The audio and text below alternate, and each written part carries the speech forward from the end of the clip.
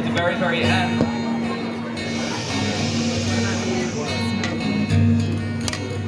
We ask the Master of the world, the Creator of the universe, we say, Rachenu Avinu Kulanu Ke'echad. So on a literal level,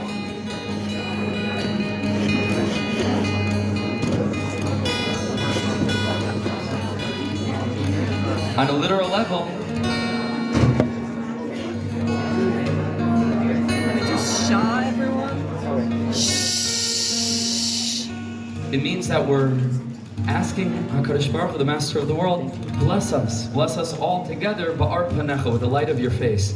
That's the simple understanding. Barcheinu Avinu, let our Father bless us, kulanu ke'echad, all of us together, ba'ar panecha, with the light of your face. But I once saw that maybe there's a deeper way of reading it. And this should be our blessing tonight, this Yata D'Shmaya, with the help of the Master of the world, who's present and real. He exists, he's in this room, he's with us, he's having pride from us, pleasure from us, Jews getting together in the dark of winter, in the middle of Shvat 2022, to try to connect to a little bit of holiness, try to connect to something real. We're saying, Barcheinu Avinu, Master of the world, bless us. And do you know what the deepest blessing in the world is? Kulanu Ke'echad. That's already the deepest blessing. Let us really get together consciously, for real. And then Memela, naturally, Ba'ar Panecha. Naturally the light of God is present. So let's sing this together very strongly with this Kavanah. We should be blessed with holy togetherness, holy unity. We're all part of one tree.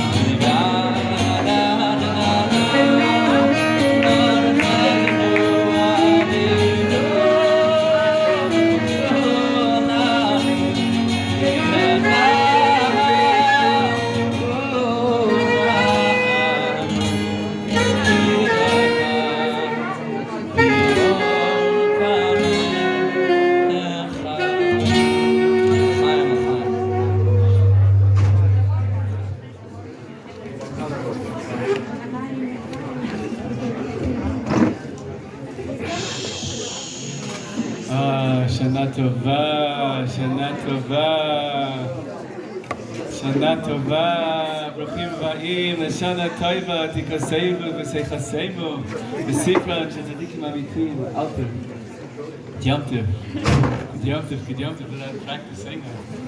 I spent Rosh Hashanah alone in my office in Bidud. Anyways, Baruch Hashem, strange times. We started telling a story. First of all, once again, what a simcha to sit with my dear friend Yaakov Klein. Simcha, thank you, Yaakov. Simcha's mine. And thank you to Eli Goldberg and all the organizers. Thank you so much. Thank you to the Ribbonu Shel Olam, the one above, letting us get together in Yerushalayim. Not so simple to be able to sit together in a room. Just not so simple. Baruch Hashem. I was beginning to tell a story, really, I think, a wonderful and important story about a rabbi who, Baruch Hashem, bears the distinction of being alive. We don't tell so many stories these days. It's very important to cherish, mamish, those souls who are among us, who are wondrous people. And I'm speaking about Rabbi Meir Morgenstern, Shlita, Ad Mea V'Esrim B'Simcha. And a dear friend of mine and cousin was in Mezhebuzh for Tu B'Shvat. The whole city was covered in glistening white snow, thick snow, and it was 3 a.m., 3 o'clock in the morning. And he was by the Tzion and davening by the Baal Shem Tov. And one of the Chaverim of Rabbi Meir comes over to him and says, please come now, we're making a Tu B'Shvat tish, you can't miss it. You can't miss it. 3 a.m. Dark of night, black sky, stars, glistening snow, Baal Shem Tov, Mezhebush. They're sitting there, and Rabbi Chimeyer is holding a big olive, wiping it with a handkerchief, wiping it. He's saying, Chevra, you know, the Talmud teaches us that you have to be very careful with olives, because if you eat an olive that is dry, it could cause you to forget what you know. And therefore, the Talmud advises to have it be doused and dipped and totally immersed in olive oil, and that way you can eat it safely without losing any of your knowledge. He's wiping the olive, wiping it completely dry, He says, but when you're in Mezhebush at 3 a.m. on Tu B'Shvat, he says, it's time to let go of everything we know.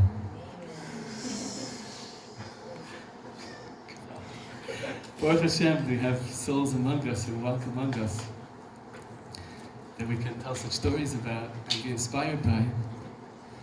And you know, Rosh Hashanah, a big part of Rosh Hashanah is Tichle Shana Klaloseha Gewalt. That last year with its Klalos, Laleinu, should end, really. And Tachel Shana Yechaseha, the brachas we're making, it's a mamish, it's a minhag Yisrael. Rav Tzadok is saying many times, again and again, it's minhag Yisrael Torah. It's such a big deal to make brachas. Baruch atah Adonai Eloheinu melech haolam vayirei peri ha'etz. Amen. Geschmack.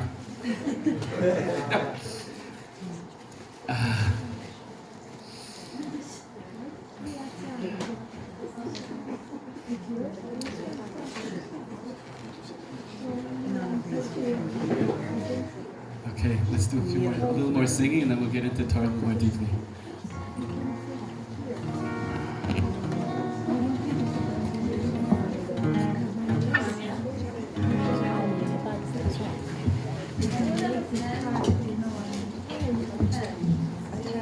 Old school. Yay!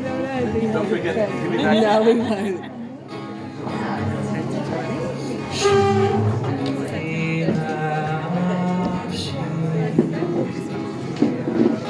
We need this here. We need it. Oh, it's this. It's not working. It's not working.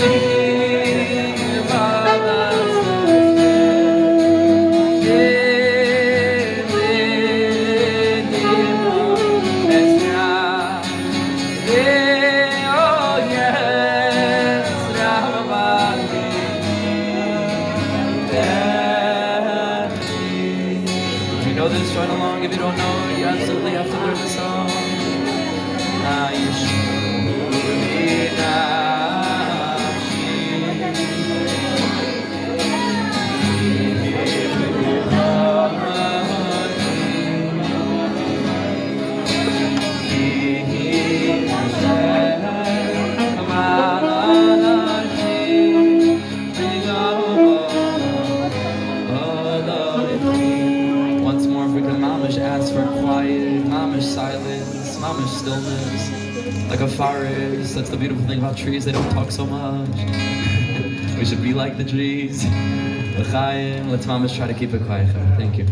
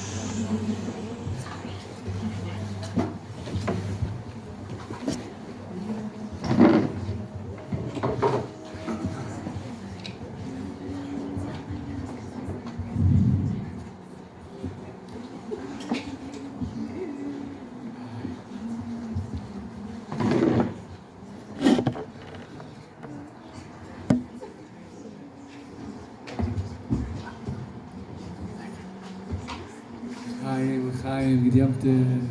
Chaim.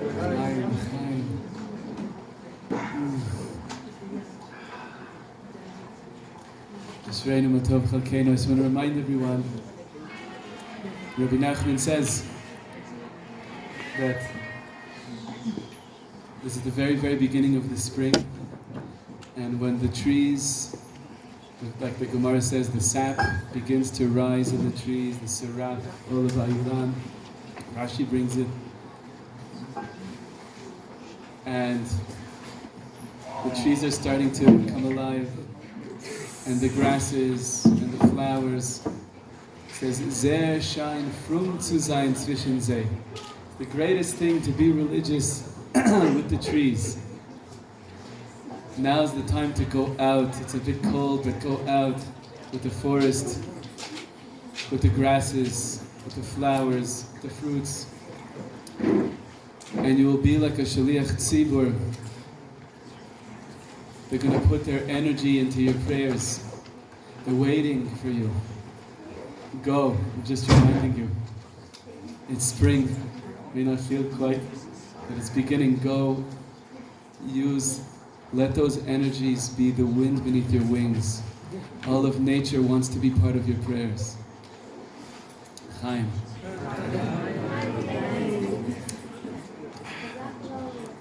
I want to try to share with you something. I spent, Baruch Hashem, the privilege of spending a bunch of hours today really trying to get into break some ground in some new Torah. Yitz Hashem, b'siyata d'shmaya, it will come across well. I'll understand it, you'll understand it. Ezes Hashem Yisbarach. Ezes Hashem Yisbarach, because Gevalt, we need a new start. Hashem knows we need such a new year. We need new blessings so badly. So the Midrash brings in a number of different variations, and the Gemara also, that when Adam and Chava were first told that they're going to have to work the earth, they became very sad and began to cry. Ani v'hachamor nochal bavus echad. I and the donkey will eat from the same trough. Does this mean we have to lower our heads in order to eat? Chaim. Chaim. Does this mean we have to lower our heads in order to eat? L'chaim. L'chaim. Does this mean we have to lower our heads? L'chaim. L'chaim. Is and Rav Tzadok Hakan Meluklim, Zchusa Yagan Aleinu, was very busy with this about the fixing of eating, about dignity. And he's teaching us that really, and he's proving it from Psukim. I'm trying to keep it short, so I'm not bringing all the technical things. L'chaim. And that HaKadosh Baruch Hu created trees for people to eat, and grasses and things that grow from the ground for animals to eat. His mom is very clear about this. And he doesn't say it exactly in this way, but it strikes me from the Midrash, and just that the idea is that he's good, so I should sit with good posture. Yes. The idea is dignity. That dignity, mamish. Oh, Gewalt. L'chaim, to dignity, to malchus, to our royalty. L'chaim, to our royalty. L'chaim, l'chaim, l'chaim, l'chaim, l'chaim,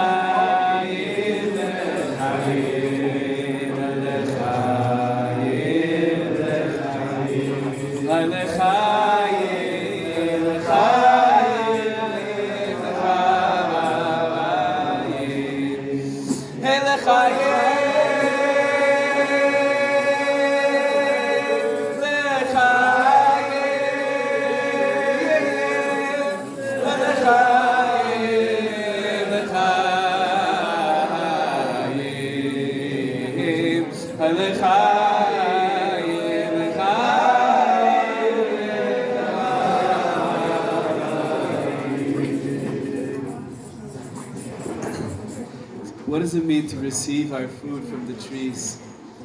It means you receive your food at eye level. Mamish panim bepanim.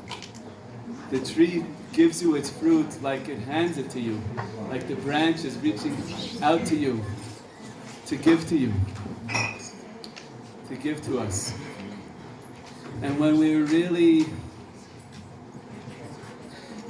learn to make blessings on our food, this is our minhag today, to make blessings on fruits today. He says it takes so much strength to make blessings on food. I'm paraphrasing a bit, but I think I'm being true to Reb Tzadok.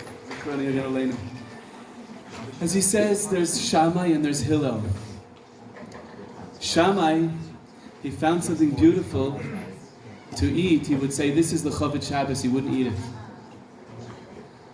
And then when he finds something nicer, he'd say, okay, the second thing will be the Chavit Shabbos, I'll eat this first thing.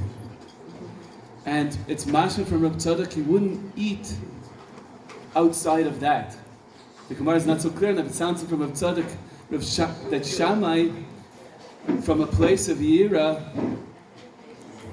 he says, Shammai, it struck me, I wasn't expecting it, he said, Lo ha'amin ve'atzmo, he didn't believe enough in himself that he has the power to mamish just eat something delicious in the world. He didn't. He was afraid. He said, I have to set it aside, only the Chavit Shabbos. And then if I set aside the second thing, and the first one I'm only eating in order that the second better one will be for Shabbos, then nimsa kol achilasa achilas Shabbos, right?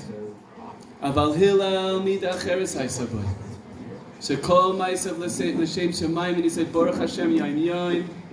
Hillel ate, and whatever beautiful thing was at his doorstep, he ate. He said, Baruch Hashem yaim yaim, l'chaim. It takes so much strength to do that. He says this is why Tu B'Shvat says the month of Shvat comes in, which is the month of the fixing of Achila.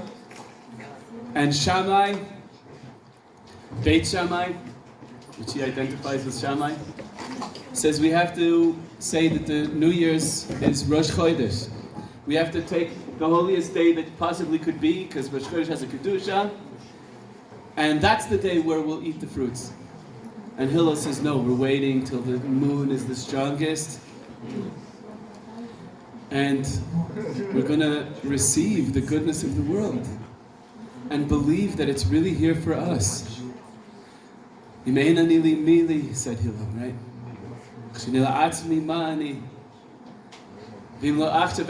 It's so urgent, this question.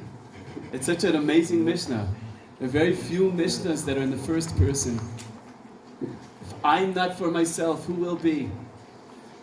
But if I'm only for myself, what am I?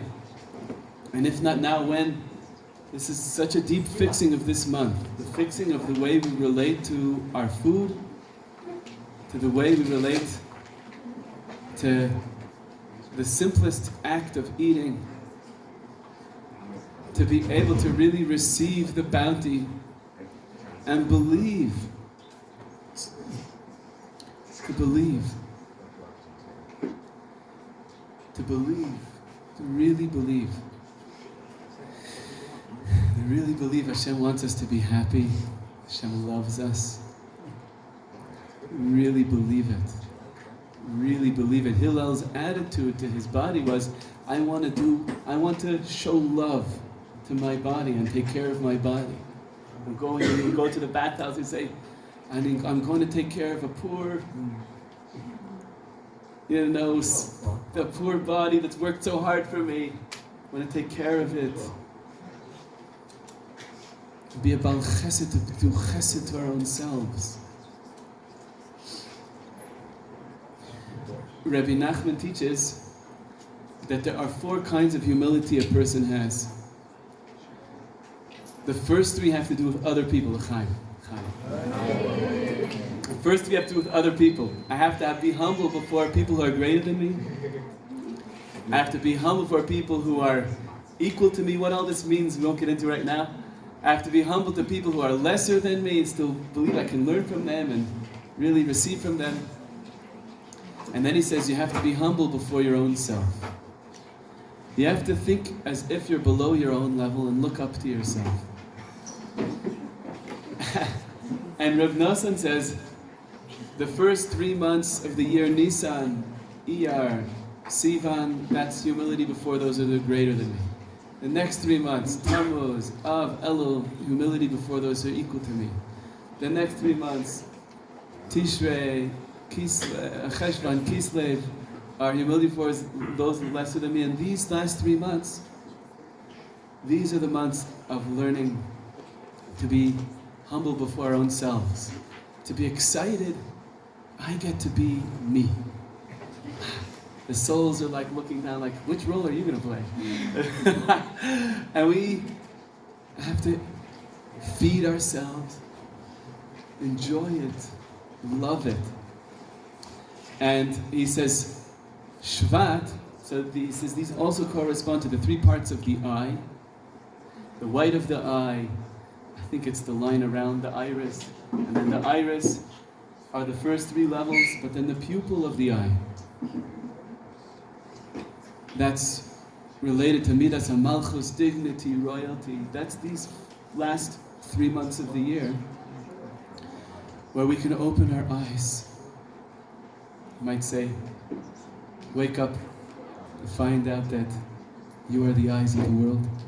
Just random quote over here. I have to. And look at yourself. And look up to yourself. Believe that the trees are reaching their branches out to give to you. Rav Tzadok says, why do we celebrate? He's asking in Europe, why do we celebrate Tu B'Shvat? Yidden all over the world are right now celebrating Tu B'Shvat, even though they're not in the ecosystem of Eretz Yisrael. The reason for Tu B'Shvat, the Gemara says, because enough rains have fallen, most of the rains have fallen, and the sap starts to rise, so the trees are already beginning to produce. But that's not true in other parts of the world. Why do Jews keep Tu B'Shvat, even in other parts of the world? And he says, because the Midrash teaches us that one day Eretz Yisrael will spread out to the rest of the world, and that this day, this Minig Yisrael Toirahi of eating fruits, this little glimmer of a holiday, that it becomes more and more chashuv as we get closer to Mashiach. These little holidays are very, very chashuv. We get every excuse we can, and we need it. It is our opportunity to grow, to believe that the world is not a place you have to be afraid of. The world's a place that we can use, energize ourselves, and be the royal Yidden that we are, the B'nai Melachim, Kol Yisrael B'nai Melachim Heim. Really stand up and believe that all the trees in the world are handing us at eye level. That the brachas that we make, the end of that medrash is that Hashem said, you're worried you're going to be eating from the same grasses as the animals, have to put your head down into a trough. Says, I'm gifting you, it's hard, with effort. The effort of you're not going to eat the wheat the same way animals just graze. You're going to do a whole unbelievable process until you reach wondrous bread, warm, beautifulness, maybe sourdough. Thanks for bringing the sourdough tonight. Wondrous, great, dignified food that comes out of our involvement in the world, that comes out of our faith. Saying Hamoitzi Lecha Mina Artz is an amazing bracha. It's emunah that throughout my process of all the things we have to do for our parnasa, for our livelihood, Hashem is with us. And when we live like this, and we can go back into life fresh, energized, all the fruits, all the trees, all the grasses, they want to put their energies into our prayers. Rabbi Nachman says it actually makes a difference to go out and be with them and daven with them. Zer Schein frum zu sein zwischen sie. It's good to be religious with them. They know how to be religious elegantly. They know how to be religious. It's just right. They mastered it. get there. They want to put their energy into our prayers. They want to help us stand up. They want to help us through the grind of our process, literally grinding the grains, creating bread, all the things we have to do for our livelihoods. To believe, hamoitzi lechem min haaretz, to believe all of those steps, it's Hashem taking bread out of the earth. It's mamish Hashem taking bread out of the earth. Through us, through that process, not to be scared, not to be freaked out. It's unbelievable.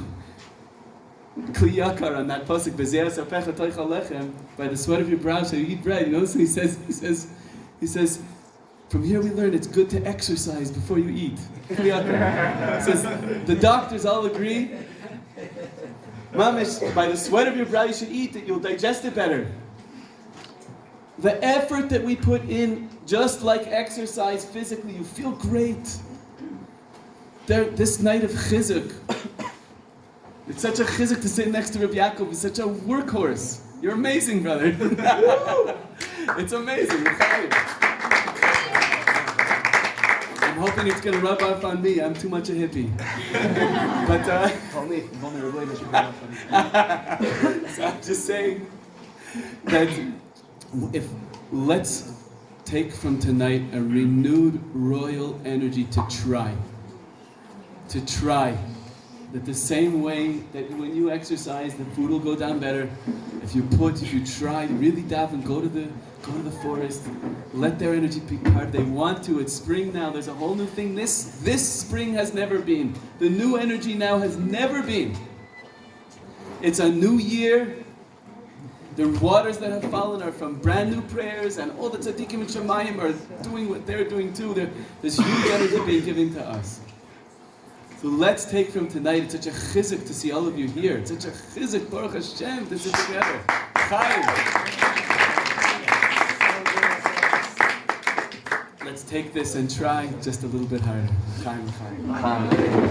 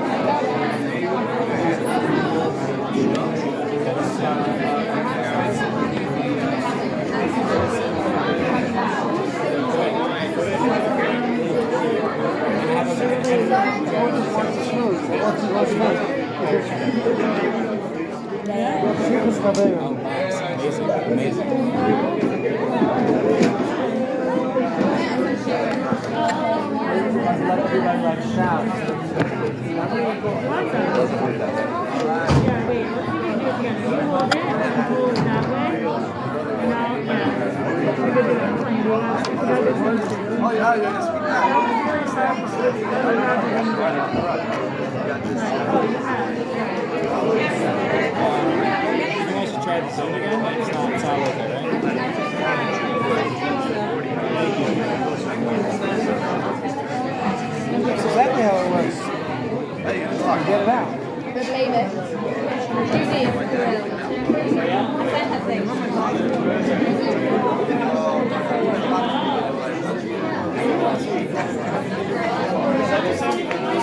Okay, Chaver, B'siyata D'Shmaya, with the help of the Master of the World. I'd like to be so brazen to interrupt. To try to share a little bit more words of Torah, to try to connect and understand the nature of this day and its import for you and I and what we're trying to accomplish here specifically in this room together with these Chaver. It's such a privilege to be with all of you, to be with Mari Rebbe, Rebbe Leibish, whose hippiness and work ethic, both. I'm trying to learn from a little bit. What a privilege, what a schus, what a privilege.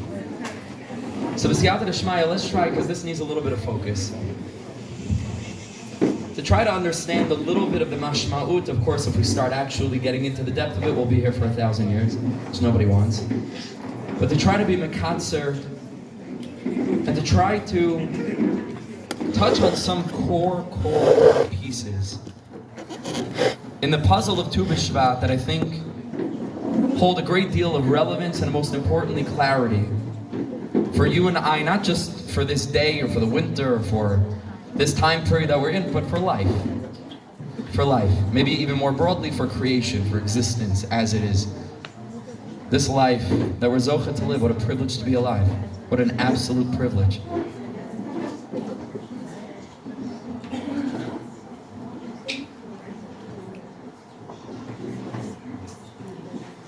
If we are going to understand, you'll excuse the pun, the root of a concept, you have to go back to the first time in the Torah that this concept appears, makes an appearance on the stage of reality as captured in the book of reality.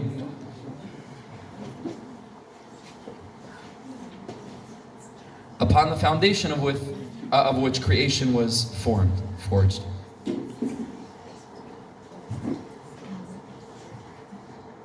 The first time that we meet trees is when the Master of the world blesses the trees, creates them, brings them, speaks them into existence. Toitzia aretz desha. And we're told by Chazal that the very first deviation from the will of God was in these trees. Crazy thing. Even before Adam Rishon sinned with the tree, which we'll get to in a minute, the trees themselves deviated from the will of God. Does that mean trees are not conscious beings, or are they? But what does this mean, that the trees deviated? Because the Master of the world intended, whatever this means, and Rav Kook will explain a little bit, for the taste of the tree to be synonymous with the taste of the fruit. Whatever the fruit tastes like, you pick an apple off the apple tree, the bark and the inside of the tree was supposed to taste like apples as well. The whole thing was supposed to be tochel ratz of apple, tochel ratz of taste, tam. But the tree was meshana, Chazal tell us, and the tree deviated from this will in such a way that only the fruit was able to give over this incredible, incredible taste, but that the tree is bitter. What does this mean? What does this mean for you and me, and how are we supposed to rectify this? L'chaim tov.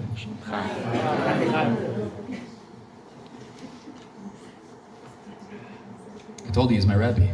I'm trying to learn from him. Some things are easier to learn than others. I can get used to this one. Rav Kook says like this, unbelievable. He says, think very deeply. Okay, we know there's a tree, there are fruits. Very, very deeply. What is a tree and what is a fruit outside the context of which they function as two components of a specific creation? What do they represent? The fruit, says Rav Kook, represents the tachlis, represents the ultimate purpose of a process, right? We plant a seed for what purpose? Not for the tree, for the fruit. And it might take a long period of time. Sometimes generations. In the case of the carob tree, the Gemara in Tysminitz, you plant for generations, very deep thing. You don't benefit anything from it. You plant something just for your children and grandchildren. I bless us that we should plant things just for our children and grandchildren, not for us at all. Be'ezer Hashem. And we should be able to witness them enjoying what we planted. But the whole inyan of planting is just for the fruits, the tachlis. Says Rav Kook, everybody knows that meeting a goal is delicious, tastes good. You meet a goal, you accomplish something, trying to reach a certain amount of days or a certain consistency or whatever it is in every area of spiritual growth, you reach the goal and it's awesome and it's sweet and you go out to dinner and you celebrate and enjoy. The process is oftentimes a little bit bitter. A little bit bitter. The process is bitter. But says Rav Kook, this was not the way it was supposed to be. Because what it means that HaKadosh Baruch Hu, the Master of the world, intended for the tree itself to share in the taste of the fruit means that originally in the pre-sin world, and I mean pre-sin even before Adam Rishon sin, before any deviation, subtle and slight as it may be, from the will of God, the way that a perfected world is supposed to be, the way that you and I are intended to live our lives, to try to rectify the world, to bring it back to that place, is for every step along a journey to taste just as sweet as the goal. For the tree itself to taste like the fruit. And that's hard. It's not easy. And it takes a great deal of consciousness and an elevated focus and an expanded awareness with regard to what exactly life is about in order to bring this into being. And the foundation of this is to clarify, why am I doing what I'm doing? Why am I attempting to reach the goals that I'm attempting to reach? For whom? If they're for me, then it's going to stink until I get there. Because all the while along the way, it's just I'm not yet at that place. But if every goal that I'm trying to reach is simply an expression of my desire to reveal the glory of God in the world, and I believe, like the Torah of Rabbi Nachman, I believe that every single moment of life is life. Raza de Shabbos, Ihi Shabbos. Like the secret of every minute is the minute. And that's life. And that's an opportunity to reveal the glory of God in this moment. That He's giving me breath because I bless us all. We should live long and happy till 120. Tomorrow's not guaranteed. It's not guaranteed. Today is all I have. And so in a world in which I'm living with the consciousness of revealing Hashem's glory in the world, that's the essence of my motivation and my ambition and everything that I'm trying to do in the realm of the spiritual, in the realm of the mundane, and the goals that I'm attempting to reach, if that's my goal, so then mali hacha, mali hasam. What does it matter if I reach a goal, or what does it matter if I take a step toward the goal? In the same measure that I'm going to reveal the glory of God when I reach a goal, guess what else I'm doing every step along the way? I'm revealing the glory of God. And it's not about me, it's not about my success, and it's not about my attainment. It's about how much am I aligned with that ultimate mission with a capital M, for which each and every Jewish soul throughout history was brought to the world. Sparks in one collective torch, drops in one collective ocean. That we're all the same. We're all connected to the Elon of Neshamas, this tree of souls, that are connected very, very deeply to one trunk, to one root of Knesset Yisrael, of the Kisei HaKavod, from which all of us are hewn and etched. Mali hacha, mali hasa. What does it make a difference? And that's part of the tikkun, that's part of the tikkun. But every step along the way, we are met with a challenge, and here we meet the second tree, and the second revelation of this creation called trees in the creation narrative. L'chaim again.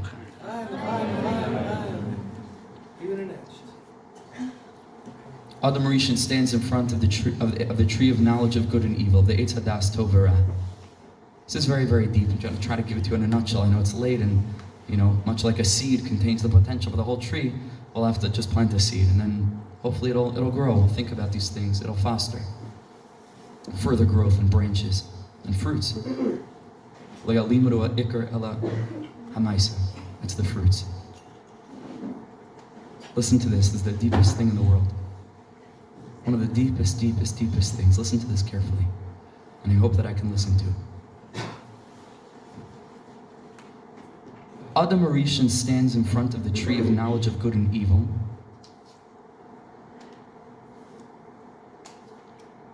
Which the master of the world commands him not to eat. And maybe in his peripheral vision, I don't know how big Gan Eden was or small, he sees the Eitz HaChaim somewhere out there that God not only allowed him to eat, but pretty much commanded him to eat. And that was also a thing. Hashem has, you shall eat from the Eitz HaChaim. We're always far more concerned with what we can't do than what we can. It's a crazy thing. There's so much to do on Shabbos, and we're so busy thinking, I can't do this, can't do that. Oh. So much to do. But he doesn't touch the Eitz HaChaim, and instead he stands in front of the Eitz Hadas Tov V'Ra, the tree of knowledge of good and evil, and this is the stage in the realm of his choice, his Bechira. On whatever level his Bechira was, the Nefesh HaChaim says, his freedom of choice was like the choice that I have to stick my hand into the fire here. I mean, I theoretically can, I have that capacity, but I won't. Because the snake was still outside. That seductive voice trying to lure him in a way that was contrary to the will of God was external. It was an external force. He was able to recognize it as such. But the choice was there. And what was the choice? To eat or not to eat? Listen to this deepest thing. The foundation of our mission, which is, like we mentioned, to reveal the glory of God in the world, Like the Ramchal says, and and then the Melech brings this a certain way. Other tzaddikim, Hashamayim shamayim lashem. The heavens were created for God. That's His realm.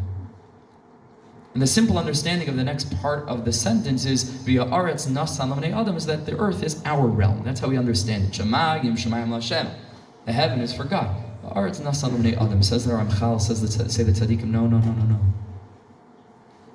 Because Hashamayim Shamayim Lashem, because only the heavens are the realm of God, that's why V'ha'aretz nasan l'bnei adam. Earth was given to man. Why? To turn earth into heaven. Because it's a problem that Shamayim is only Shamayim Lashem. And therefore, V'ha'aretz nasan l'bnei adam, we have work to do. La'avda u'l'shrama, to reveal God's glory in the world. Man is very, very associated with trees. Adam eitz hasadehu. In Kabbalah, there's the eitz hachayim, all the spheres, the Sfaratic array of a creative process that all of us embody physically, emotionally, very deep, spiritually, certainly. We have a shaykhus with these trees, and these trees represent, in their physical expression, our mission. It's to reach down to the deepest depth of physicality and to pull out nutrients and to draw them up heavenward. And that's literally what we're called upon to do. Every time you see a tree, it's a reminder of your mission, and my mission is to bridge heaven and earth. Man is the only creation and the only creature that walks upright. Maybe monkeys once in a while. Kabbalah Svarim say that monkeys, are getting to the depth of it, it's not like all other creations. Monkeys are in between the rest of the creations and man, which is why sometimes they walk upright. Very interesting. But man stands up between heaven and earth. We're a little letter Vav. A Vav is always a connector. Vav achibur. Moshe ve'Aaron. Moshe and Aaron, right? The Vav is the connector. In the Mishkan, we have Vavei ha'amudim. It's the hooks that connect the different areas, the different parts of the Mishkan. Man is a connector. He's the little letter Vav that stands upright like a tree and bridges the gap between heaven and earth by bringing out the potential in the earth and lifting it heavenward. We're very connected to trees. And this tree is the subject of man's ultimate choice, his bechira. What was the purpose for creation? And the answer is unequivocal: to reveal Hashem's presence. God hides Himself in order to reveal, in the same way that we get dressed so we can walk out of our house in the morning. It's not a concealment in as much as it's enabling ourselves to become revealed. So on the one hand, we can see creation as the biggest hester, as the biggest concealment that ever was. And nature is silent. And you walk out into the fields and you need to pray for them because you don't hear them making sound. Ein oimer ve'ein dvarim b'li nishma kolam. They're speaking all the time. You don't hear them. God is silent. But on the other hand, with a shift of perspective, there's nothing louder than God. If we're able to pick up on exactly the mode of communication He uses, there's nothing louder, because we realize that all of creation is the concretized and cemented verbalization of HaKadosh Baruch Hu's will for a relationship with us. And when we walk outside and we look up at the heavens, we see a cemented form of HaKadosh Baruch Hu saying, Yehi Rakia. HaKadosh Baruch Hu is speaking to us all the time. Everything is God's voice. Everything is God's speech, but it matters. And it depends on our perspective. Because even though creation represents an opportunity, it represents a grave, grave danger. A grave danger. Because speech runs the risk of what? Of being misinterpreted. Words are slippery things. To one person, something means one thing. To the other person, means another thing. Miscommunication is something that's so prevalent in almost every conversation on some level and to some degree. But we nevertheless speak, because even though we risk being misunderstood, we need to communicate, because HaKadosh Baruch Hu communicated, and there's never been any speech that's been more misunderstood than God's speech, ever.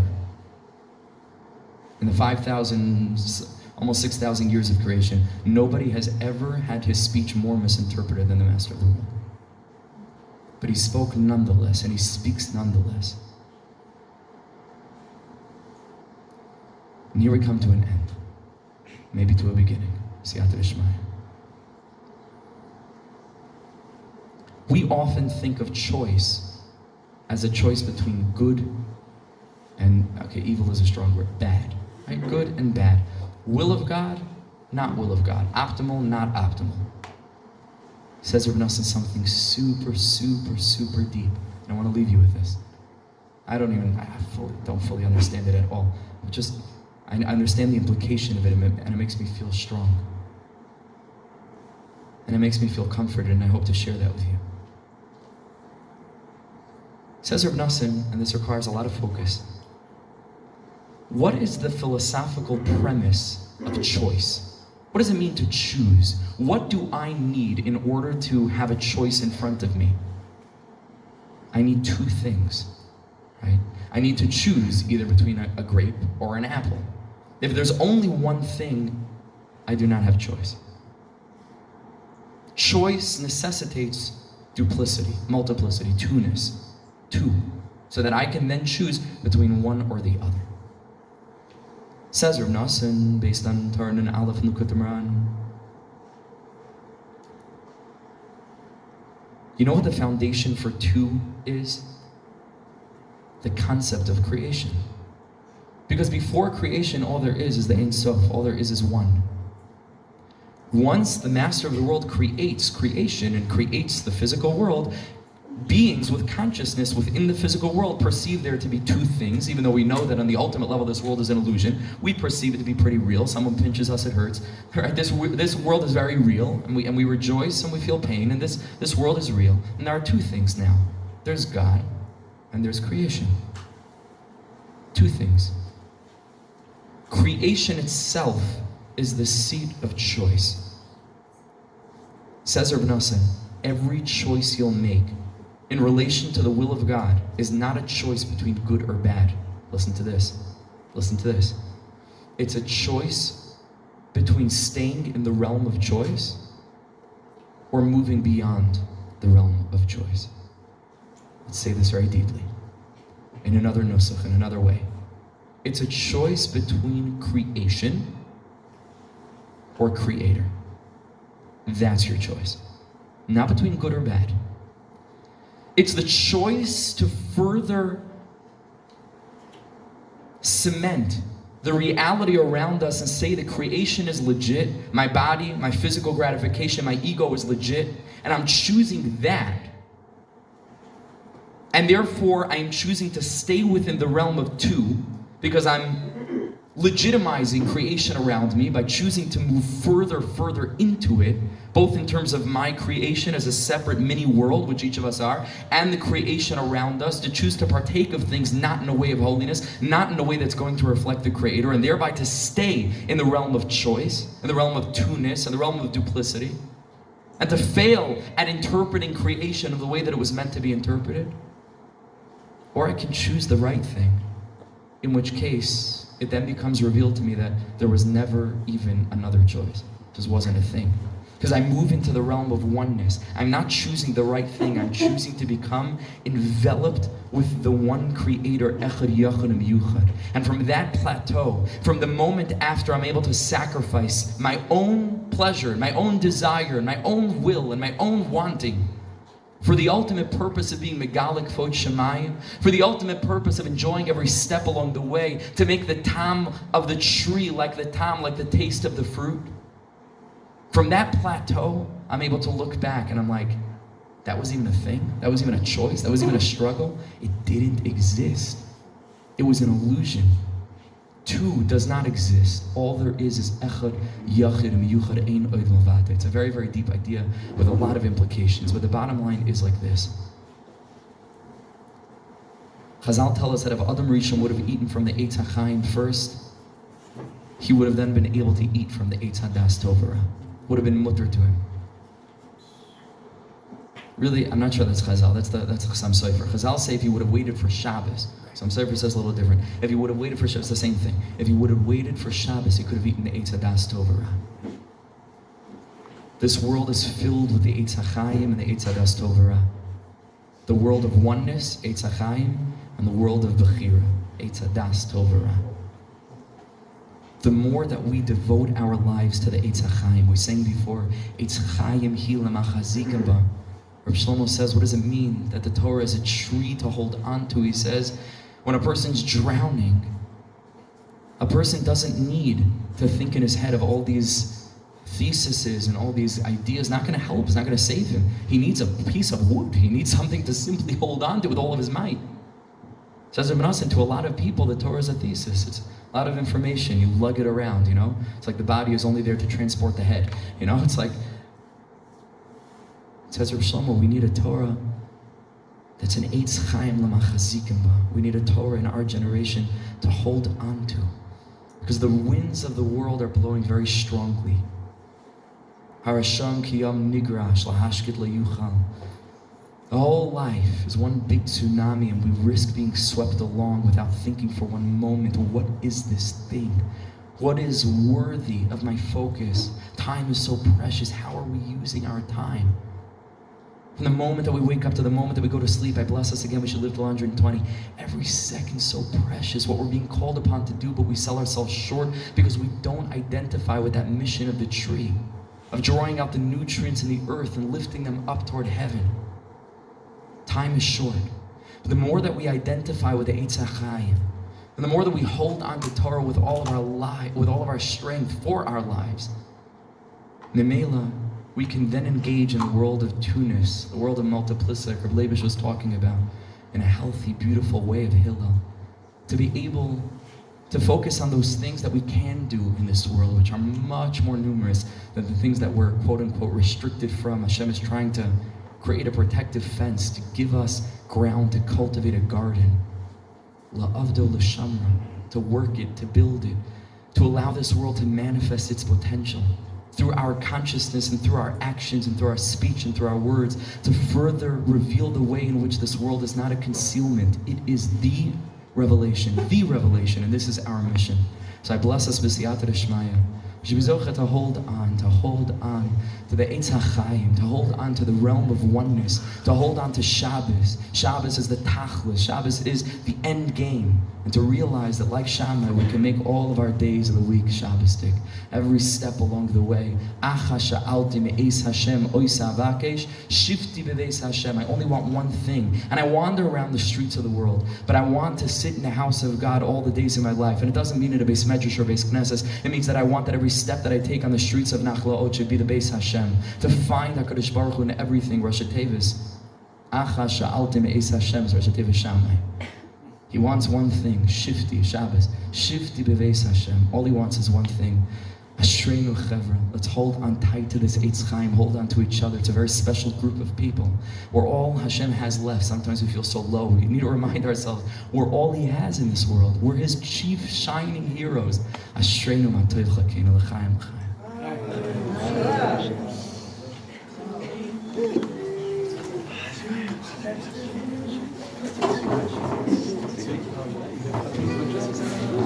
I heard it in the sheet.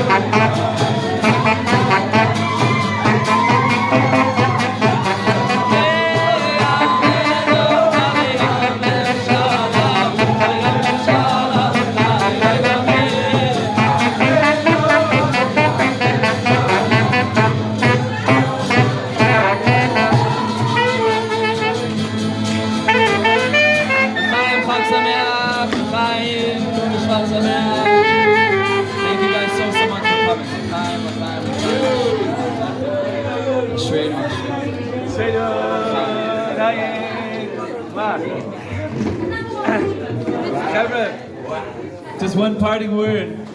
What a simcha. Oh my gosh, Yaakov. Such a simcha to sit next to you and hear you and be with you. I miss you. Every mamish. I forget how much I miss you. Gewalt. I just want to say one little thing. We had recently was Yud Shvat. That was the anniversary of the Rebbe becoming Rebbe. And one of the things he did was this. Remember this?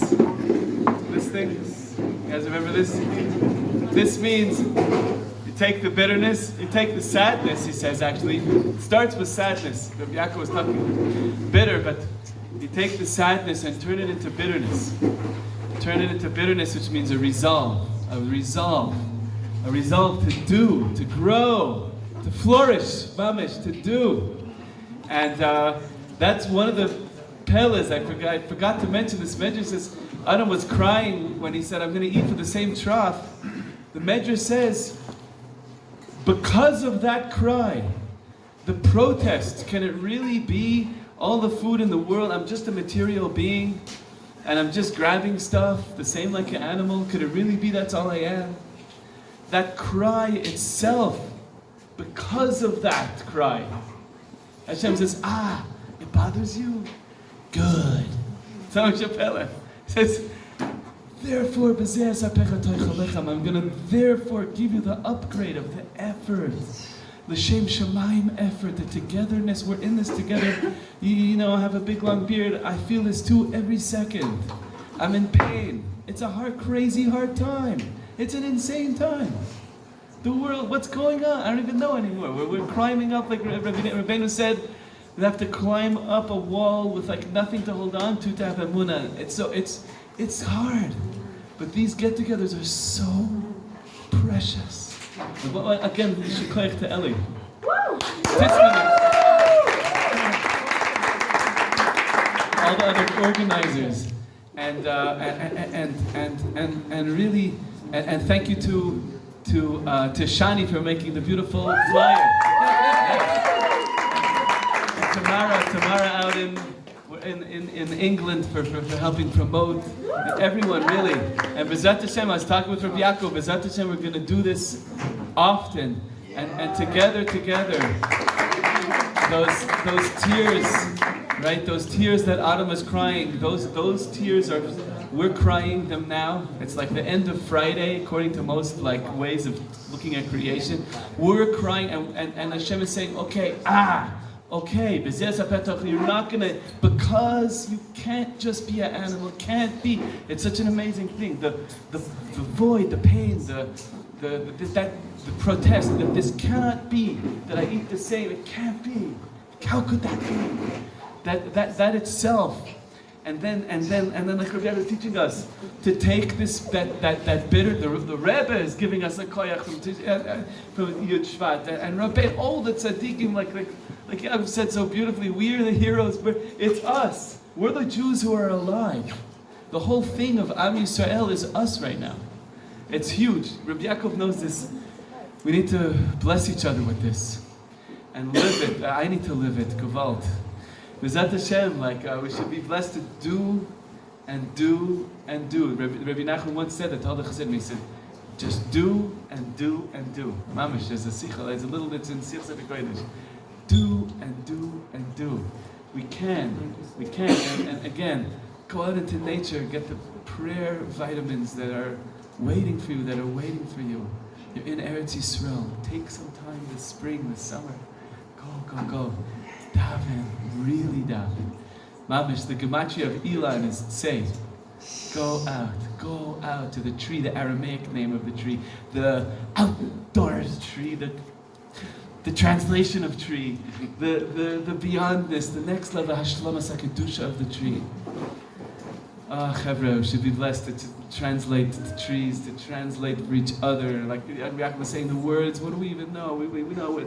So many crazy distances that are so unnecessary. Should be blessed to be the translators, to go out, get beyond our boundaries and speak to our families, speak to HaKadosh Baruch Hu, speak to our friends, speak to the people we love. Mamish, One last little thing, and this is in the hopes that we're going to get together in about maybe even less than 30 days, because we're going to see when the next one is going to be. But Reb Nosson says, when you say Shechiyanu v'kiyamanu, when you see your best friend about life, and he says, when you say Baruch Machaya Mesim, that you didn't see in a long time, it's not pshat that it's if that friend became alive again for me. It's I wasn't fully alive because I didn't see you for a whole year. So he says, he says you have to be makbid to see your best friends within the year. It's hard these days, but we should really be meiser nefesh for this. We need to see each other. That was in that generation. We're dead. Kal v'chomer now, oh my gosh. So, and we need to get together more. And B'ezrat Hashem, stay tuned. Tysminitz, Yeshiva Simchat Shloima. We're going to do more together. L'chaim. Shana Tova. So every day, Shana Tova. I have a stack of my humble book in the back. It's 80 shekel a copy. Whoever's interested, please see me. Before the story of the lost princess. The story of my life. Did anybody watch? What's going to do here? Rabotai Nevarei Yishema Adonai Mevayrach Me'ata Ve'Adonai B'Shus Manam Rabbanu B'Sai Nevarech Shachanu B'Sholach Tov Shechanu B'Sholach Tuvay Chayinu Baruch Atah Adonai Eloheinu Melech Haolam Hazan Tzadok Tzadok Tzadok Shem V'Chesed V'Racham Yimunai Sein Le'Cham L'Chol B'Sar Ki Li'Olam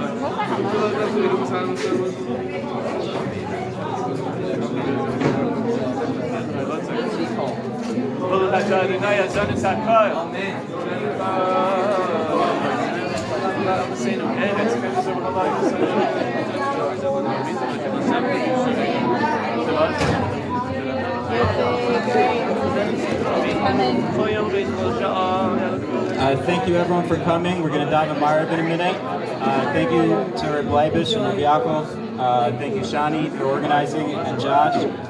If you want to give a donation, you could see me or Shani. And after Ma'ariv, if you could stay and help clean up, it'd be great. Thank you.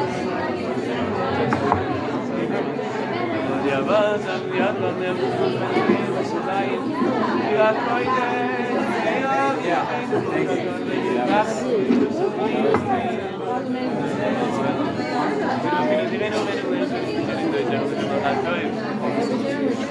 thank you. I'm so